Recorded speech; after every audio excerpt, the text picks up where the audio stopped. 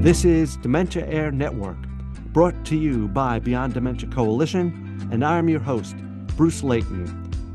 This interview is part of our 2025 Symposium Interview Series, recorded during the second annual Northeast Georgia Dementia Symposium, hosted by Beyond Dementia Coalition and Alzheimer's Association.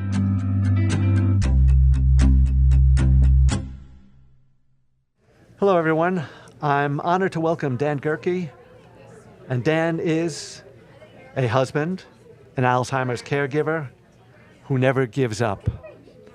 And Dan, first of all, it sounds like a formal introduction. It's not. It's meant to be, but this is meant to be an informal discussion. So I've read your book. Maybe you'd like to make mention of it, and specifically Denise. I'm assuming that's what you're referring to when you say husband. So if you could give us some background and what brings you here, that would be great. Sure, absolutely. So Denise was my wife, and she was diagnosed with Alzheimer's when she was just age 56. And it was a shock for us that I had no idea that someone that young could have Alzheimer's disease. And so quickly, my whole mentality was I needed to be the best caregiver I could for her. So I quickly dove into every piece of literature that I could, every website, and learned about the disease and cared for her through that whole progression. And she stayed at home for about 3 or 4 years, and then I ended up having to make the painful decision of putting her in memory care. That happened in about 2016, and then she ultimately passed away in 2021 from the disease. Yeah. So from the diagnosis, was it, to going to a facility, if you will? Mm-hmm. That was 4 years, did you say? Yeah, right, yeah, correct. 4 years. Yeah. And you wrote about it in your book, right? Do you want to make mention of the book? Yes. I had a lot of very incredible stories that would pop up during my caregiving years, and my friends would turn to me and say, you need to write a book. You need to put that story in a book. You need to write a book about your experience, just because all these great stories that were happening. And I said, yeah, that's nice. I'm not an author. And it was about 2 years after she passed away in 2021 that I finally had what I call the mental space to go ahead and put those words down. And I said, I need to write a book. I need to write a book for caregivers about caregiving. I felt really compelled to give caregivers tips and tricks of caregiving, and also in some maybe small way help educate people about the disease, because it is like no other. To tell people that, yes, someone 56 years old can have the disease. And the caregiving journey is so different than everything else that I just felt compelled to tell that story. So I told the fantastic stories, the crazy, funny things that happened. And then that's really the first half of the book. The second half of the book is my wonderful journey when I discovered that I could communicate telepathically with Denise. And that just helped my caregiving journey, because all of a sudden she could start communicating again. Because of the disease, her ability to communicate really went down, and to the point where she was getting 1 or 2 words out at a time.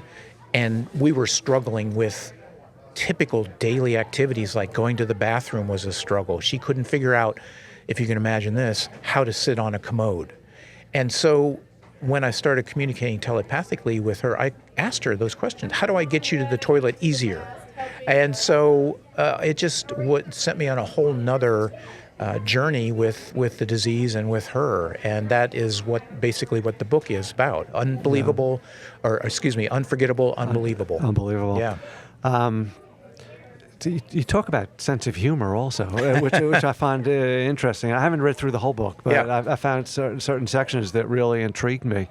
And so good sense of humor is brought to bear, do you think? Is it helpful? Absolutely. To have that kind of mindset? Oh, I think it absolutely is. I looked at the whole journey as, I could sit here and cry about it and feel sorry for myself, or I can do something to make a difference.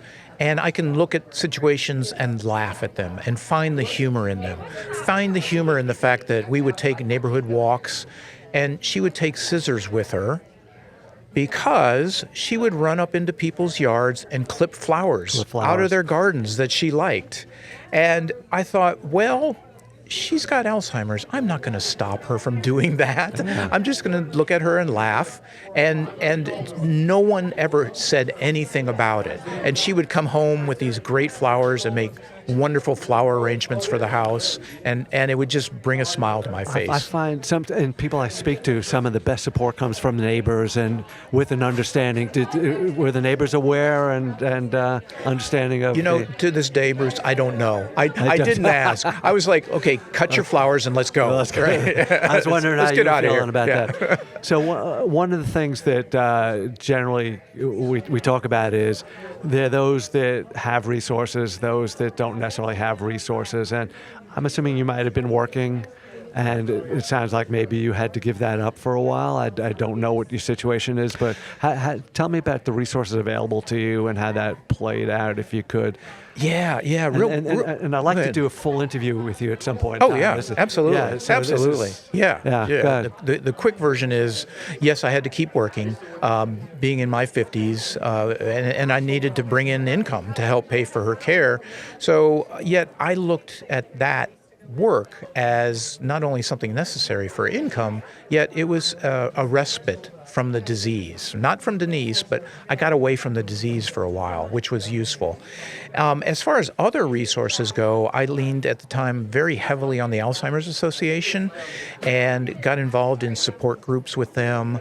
I was an advocate, so I'm still continue to do advocacy work, go talk to politicians about changing legislation that's beneficial for caregivers and people living with the disease.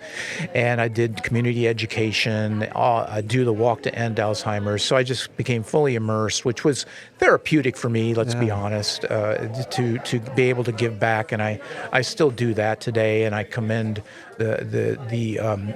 what you're doing here with the Beyond Dementia Coalition and the network. So it's really fantastic. So you, in the middle of what we just spoke about, you talked about advocacy as well. With that in mind, and everything you've just said, I don't mean to just focus in on advocacy, but that seems to be a really important word in today's space, right? Yeah. And I've heard talked about advocate for yourself as well as advocate for others, and it's a strong word and necessary. And I'm going to finish with this question. What would you say is the kind of the call to action that you would hope? I'm assuming you presented today. Yes. And if people were walking out of that room, is there a call to action, or is there a message that you hope that they walked away with and that carries them into the space outside? Wow. It would be hard to sum that up. To give you a simple answer, do something, right? Do something for your loved one. Whether it be advocacy, whether it be volunteer, whether it be donate to a nonprofit in this arena, or just believe in yourself. Believe that you can be a caregiver, and that you can be the best caregiver that you can. And I would want someone to leave with that kind of message. Yeah. So belief in yourself in terms of what you can be and what you can do, because it's a shift in thinking, isn't it? Oh, completely.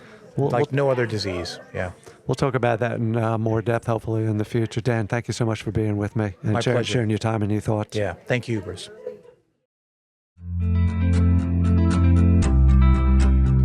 We hope this brief but meaningful conversation offers a vital perspective on dementia care, advocacy, and the power of community.